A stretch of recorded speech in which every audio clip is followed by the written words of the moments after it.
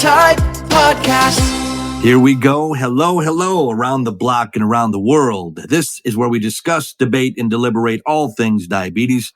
Representing type 2, my name is Dobie Maxwell. Representing type 1, the vivacious, effervescent, and always in the know, Sami Parker. We'll get to Sami in seconds, but first, today's episode of the Just My Type podcast is brought to you by the Diabetes app, a free social community app that brings together both type 1 and type 2 diabetics, plus their supporters find community, resources, and Sami and me on the Diabetes app. What's up, Sister Sami? Nothing much, Brother Dobie. You know, it's funny because we're recording this episode at a time we don't normally do that. I know, it's kind of weird. There's no light outside. I feel like I'm in my little den. The lighting is dim. Well, it's funny because I say around the block and around the world because we are having a world outreach because diabetes is everywhere. We have a special guest today, and you found this young lady that she's very exciting to talk to off the air. I know she's going to be thrilling, so take it away, Sami. Introduce our guest. All right. We have Miss Nina Ghelbke, also known as Naturally Nina. Hi, Nina. Hi, thank you so much for having me on, and thank you for recording in the middle of the night. Oh my gosh, you're totally fine. We are just so happy to have you on. And I personally was nerding out and so excited because I followed you for a very long time. And you are very inspirational to many. So I was super excited that you wanted to come and join us. Thank you. I'm really excited to be here. Nina, is about the diabetic, the diagnosis story. Everybody's got their own, and I'm sure yours is unique. We always like to ask our guests that to get started on the Bobby. So we're trying to talk Australian to make you feel good. Pack the car in the No, that's Boston in the States, sorry. Well, my diagnosis story, honestly, I don't think it's very exciting. It's very average sort of diagnosis. I was diagnosed when I was 9 years old, and I kind of just started developing all the, the usual symptoms. I was losing a lot of weight. I was tired all the time. I was wetting the bed in the middle of the night when I was 9 years old, which was really, really strange. I was really thirsty. And, we just thought it was a regular flu or a cold or something that was hanging around. And then one of my mum's friends is a nurse, and she encouraged mum to go and take me to the doctors for a blood test. And then I remember this day really clearly because my sister was at a soccer game and I was home, and then the doctor called up mum and said, you have to take her to emergency right now because her blood sugar levels are really high. So we packed our bags, and because we live out in the country, it's quite a drive to the hospital. So we drove to the hospital, which was 1 hour drive. Then when we got there, they were like, you've got to go to Perth straight away, which is the closest city. So that's a 3-hour drive. So basically no going home. We straight away had to go up to the hospital, and basically just turned our lives upside down, saying from now on, you have to measure your blood sugars and count carbs and give insulin forever. So that was great. But I think I took it on board pretty well at that age. I probably coped with it better back then than I do now in terms of the mental stress. And mum did a really good job at it. Wait, I agree with you on that. Yeah, right? I do, because I now am more dramatic than I was. Oh, 100%. And I don't know why. I mean, also, for those of you that don't know, Nina is in Australia, which is super cool. It's that's my favorite destination right now of where I want to travel to. It's my dream spot to go. So I might come out and visit. Well, it's cool because now you actually can visit again because we've just had our borders shut for 3 years. So they've just reopened a couple of weeks ago. So now you can visit. I didn't even know. Now, Nina, COVID obviously affected the entire world. How did it affect you as a diabetic? Because obviously the world is shut down, especially we see over here that Australia is shut down. I mean, I'm sure it affected Sami, it affected me. How did it affect you? Well, I would say it didn't have a massive effect because from when COVID started, Western Australia shut our borders, and we had pretty much no cases for 2 years, and we weren't in lockdown for a very long time. We'd get one case in the entire state, which it's a pretty big state, and we'd go into lockdown for 2 weeks.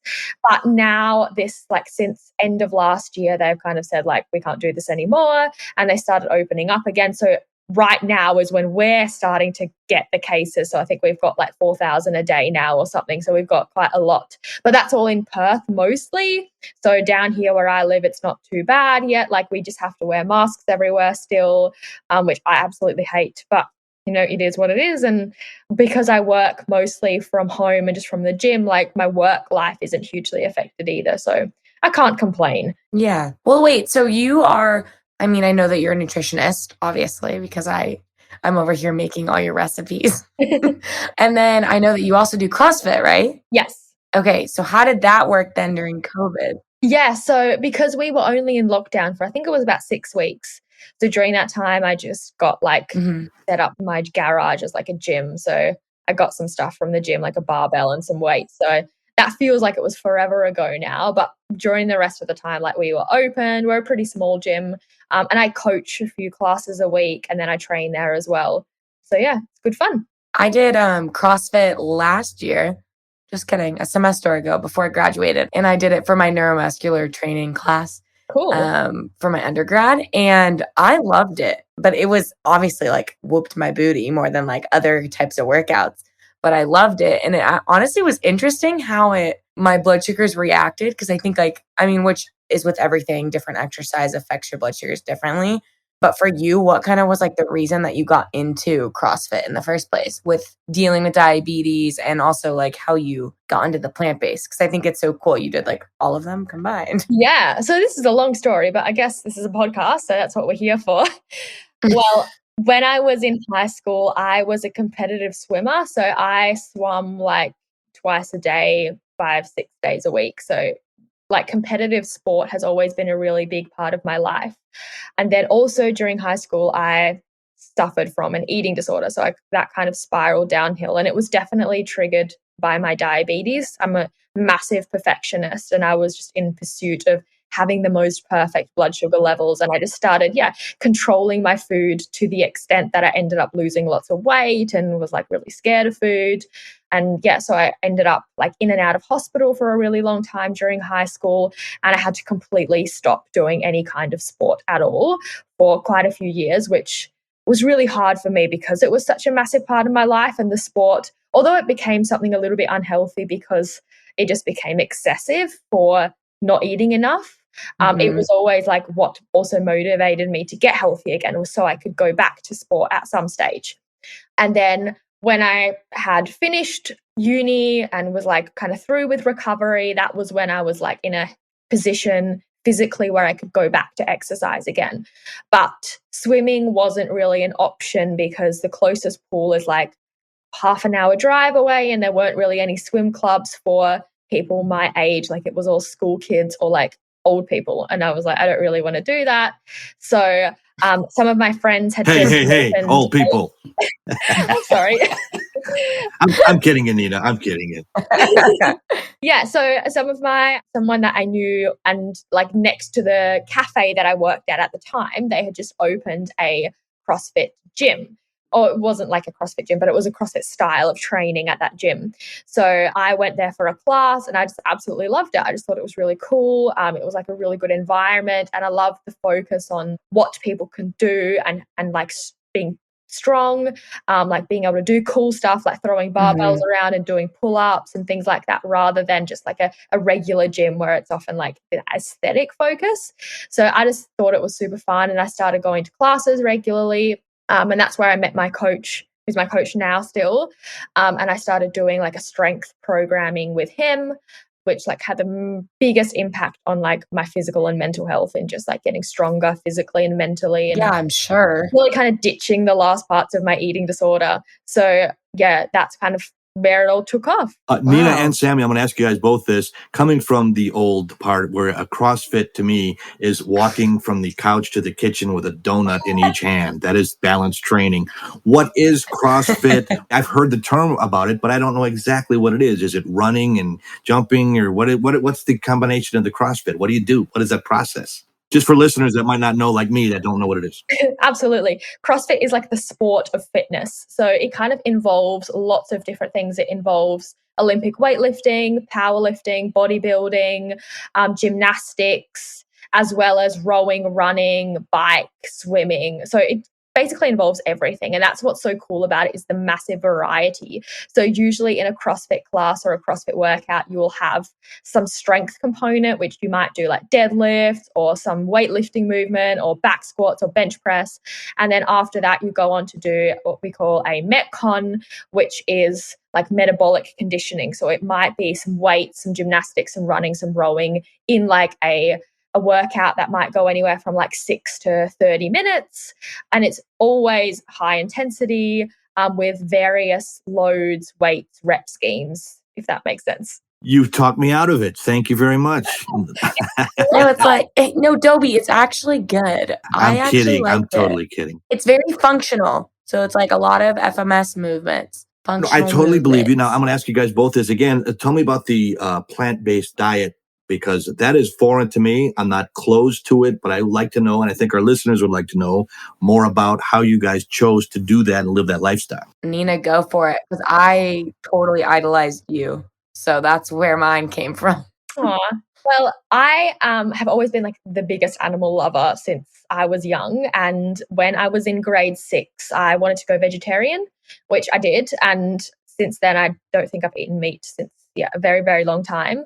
But when I was 17, 18, around that age, was when I kind of found out more about like the dairy industry and all of those other industries that involve animals, like for food production. And I just decided that wasn't for me anymore. And if I could sustain myself and be healthy eating just plants, then I want to do that. So I thought I'd give it a try. It actually didn't have anything to do with health or diabetes or anything like that. So any sort of diabetes benefits I got from it, that's just kind of an additional perk. So for me, it was totally an ethical decision to eat plant-based.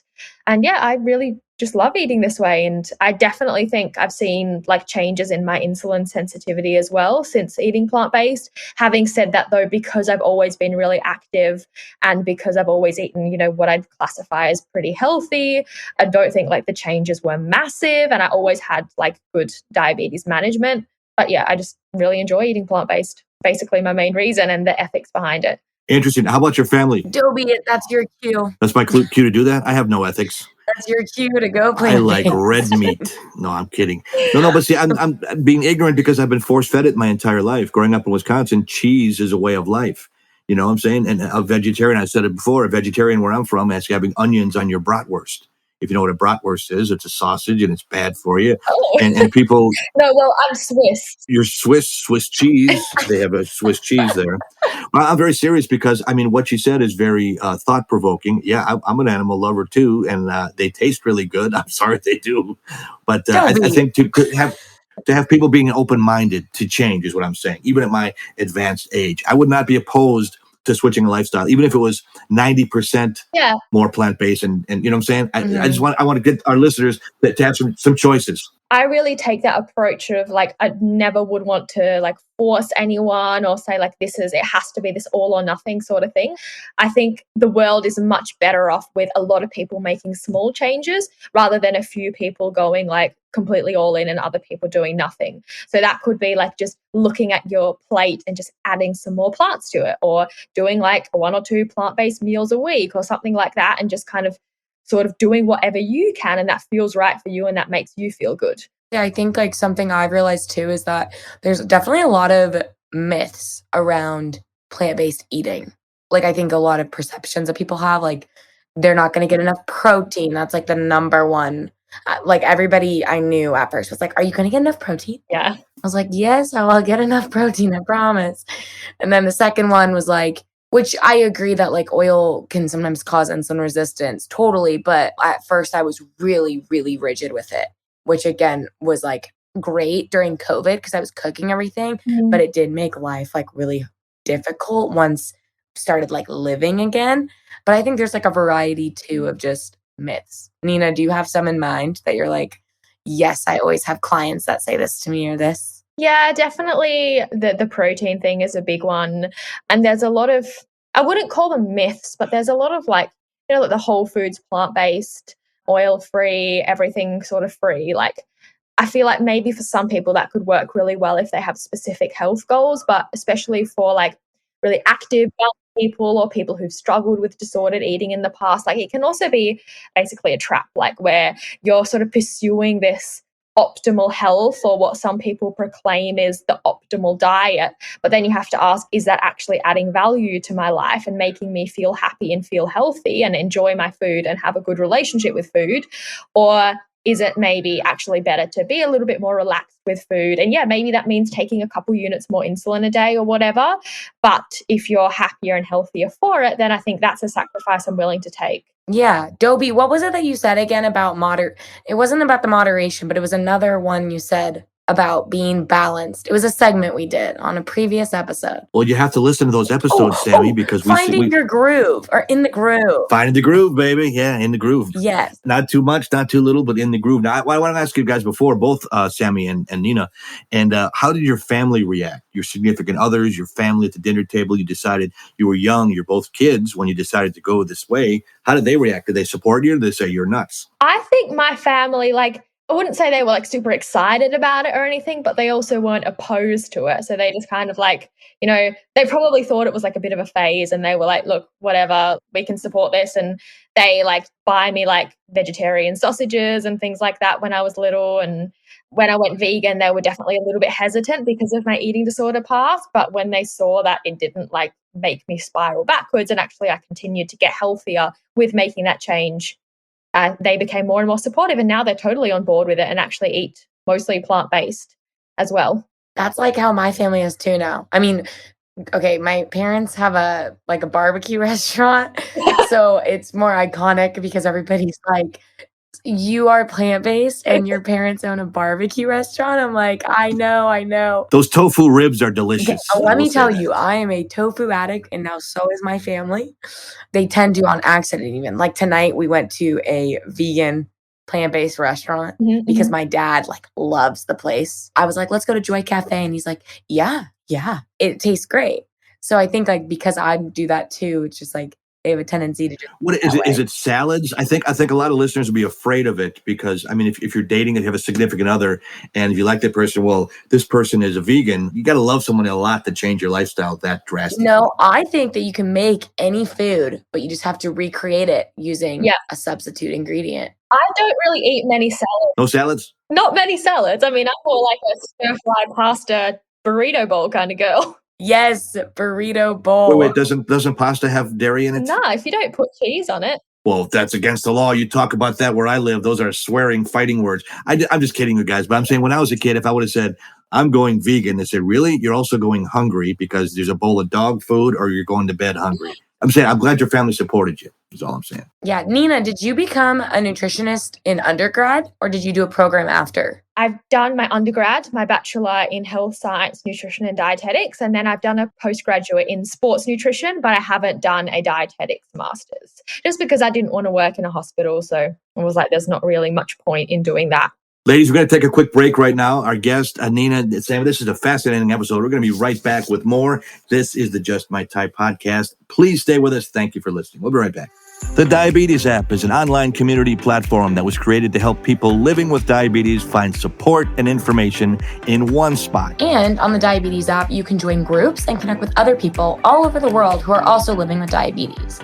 I mean, for me, whenever I have a bad day, I find myself scrolling through the mental wellness group, just to reassure myself that I'm not alone. The Diabetes app has a resource section where you can find articles, recipes, tips, and tricks for managing your diabetes. Download the Diabetes app today and connect with us right on the app. DietStrong is an online telehealth platform that connects you to medical and holistic professionals to help you manage your diabetes. Find registered dietitians, nutritionists, certified diabetes educators, and more without the hassle of having to go into a doctor's office. Wait.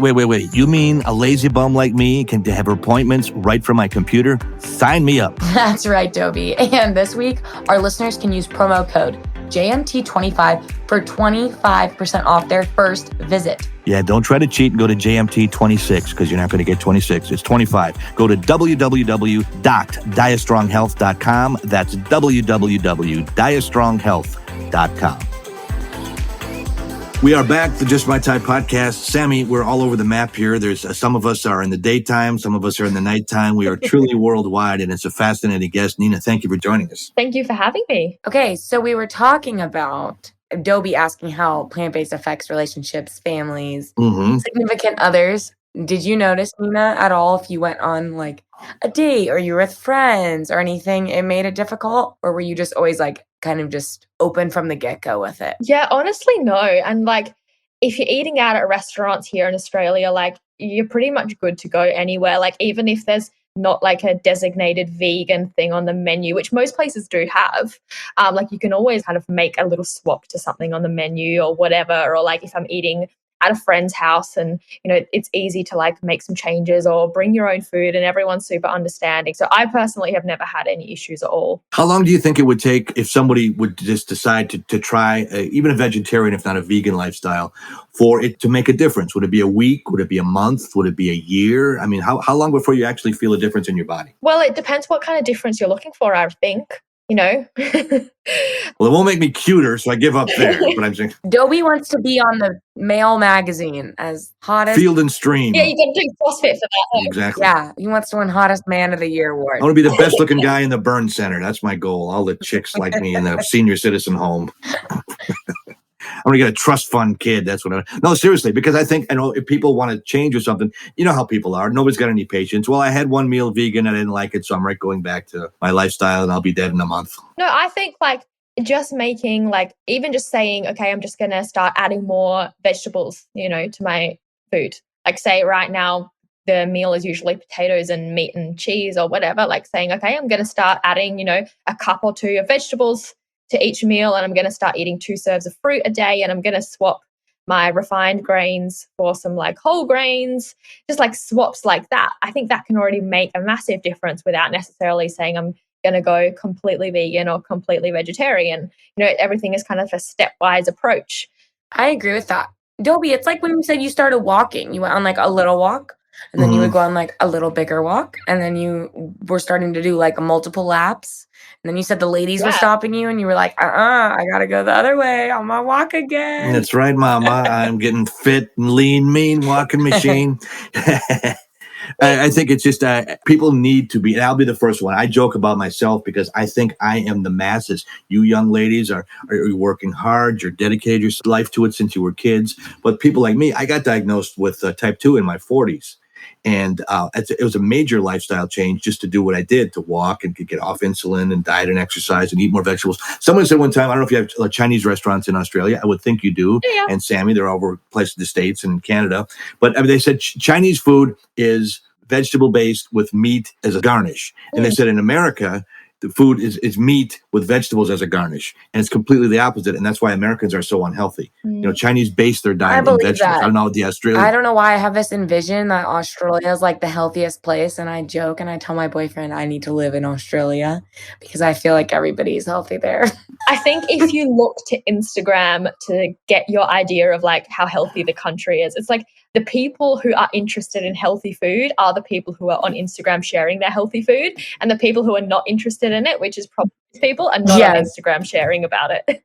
That's very true. I'm looking at it through literally and I'm like, yes, oh, amazing. I need to be there. Hey, Nina, Sami came up with a really cool thing, and I give her credit every time, but it's on our show. We call playing the D card.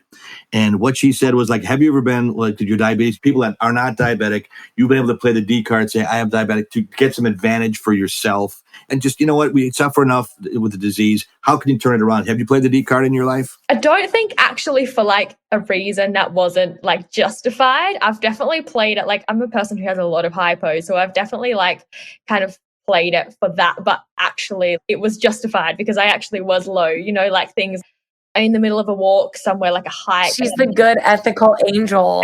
And then me and Dobie are like the little devils. We're the little devils getting free stuff, Nina. Oh Sorry. I don't like know like a place where I could play the card to like get some advantage that, like I don't see where I could use it. Okay, no, that's fair. That's fair. I was going skiing one time.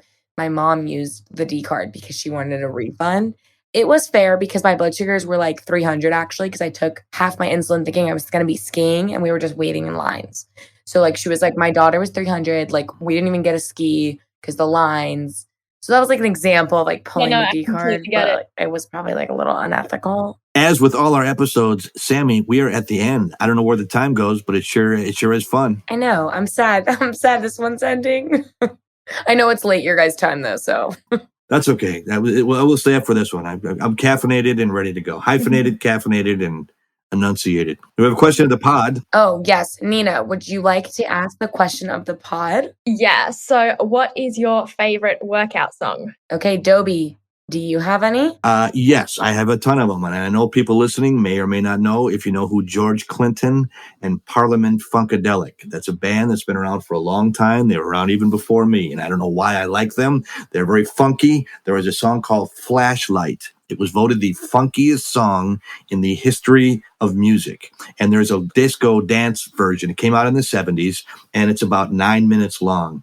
And if you don't shake your booty, your rump, whatever you got to shake what you brought with you, because you know what it's going to get you. And if that doesn't get you moving when you're exercising, then you're dead. Go right to the morgue because you're dead. Okay, that's fair. I mean, I've never heard that. I'm not going to lie. It sounds... Flashlight by Parliament. I think you have. It's been on a lot of commercials. It's been in movies. So if you Google that, Parliament Flashlight, you'll say, oh, I've heard this song before. It's funky. Maybe. It's great. I'll let you know. What's yours? I just like the throwbacks. I really do. Nina, I'm going to hope that you agree with me on this.